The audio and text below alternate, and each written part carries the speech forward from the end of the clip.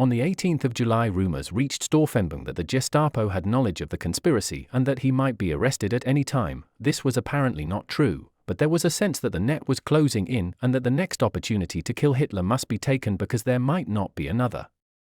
On the morning of Thursday, the 20th of July, Stauffenberg flew back to the Wolfsschanze for another Hitler military conference, once again with a bomb in his briefcase. At around 12:30 p.m. as the conference began, Stauffenberg asked to use a washroom in Wilhelm Keitel's office, saying that he had to change his shirt, which indeed was soaked through with sweat, it being a very hot day. There, assisted by von Haeften, he used pliers to crush the end of a pencil detonator inserted into a 1 kilogram, 2.2 pounds, block of plastic explosive wrapped in brown paper that was prepared by Wessel von Freytag-Loringhoven.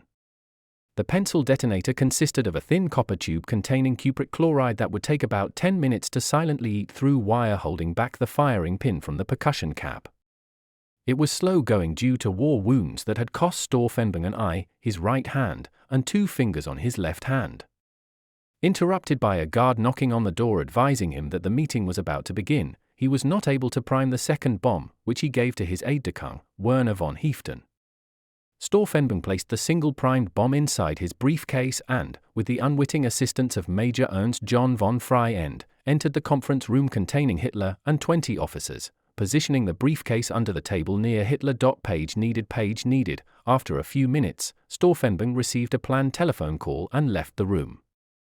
It is presumed that Colonel Heinz Brandt, who was standing next to Hitler, used his foot to move the briefcase aside by pushing it behind the leg of the conference table, thus unintentionally deflecting the blast from Hitler but causing the loss of one of his legs and his own demise when the bomb detonated. At 12:42, the bomb detonated, demolishing the conference room and killing a stenographer instantly. More than 20 people in the room were injured, with 3 officers later dying. Hitler survived, as did everyone else who was shielded from the blast by the conference table leg. His trousers were singed and tattered, see photograph below, and he suffered from a perforated eardrum, as did most of the other 24 people in the room, as well as from conjunctivitis in his right eye. Hitler's personal physician, Theodor Morell, administered penicillin, which had been taken from captured Allied soldiers for treatment. Morell had previously observed the death of Reinhard Heydrich from sepsis in an assassination 2 years earlier. Escape from the Wolf's Lair and flight to Berlin. Edit. Stauffenberg was seen leaving the conference building by Kurt Solterberg, a soldier on guard duty who did not consider this out of the ordinary, as attendees sometimes left to collect documents. He then saw a massive cloud of smoke, wood splinters and paper, and men being hurled through a window and door.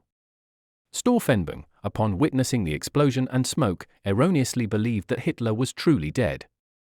He then climbed into a staff car with his aide Werner von Haeften and managed to bluff his way past 3 checkpoints to exit the Wolfsschanze complex. Werner von Haeften then tossed the second unprimed bomb into the forest as they made a dash for Rassenberg airfield, reaching it before it could be realized that Stauffenberg could be responsible for the explosion. By 1 p.m., he was airborne in a Heinkel he arranged by General Eduard Wagner.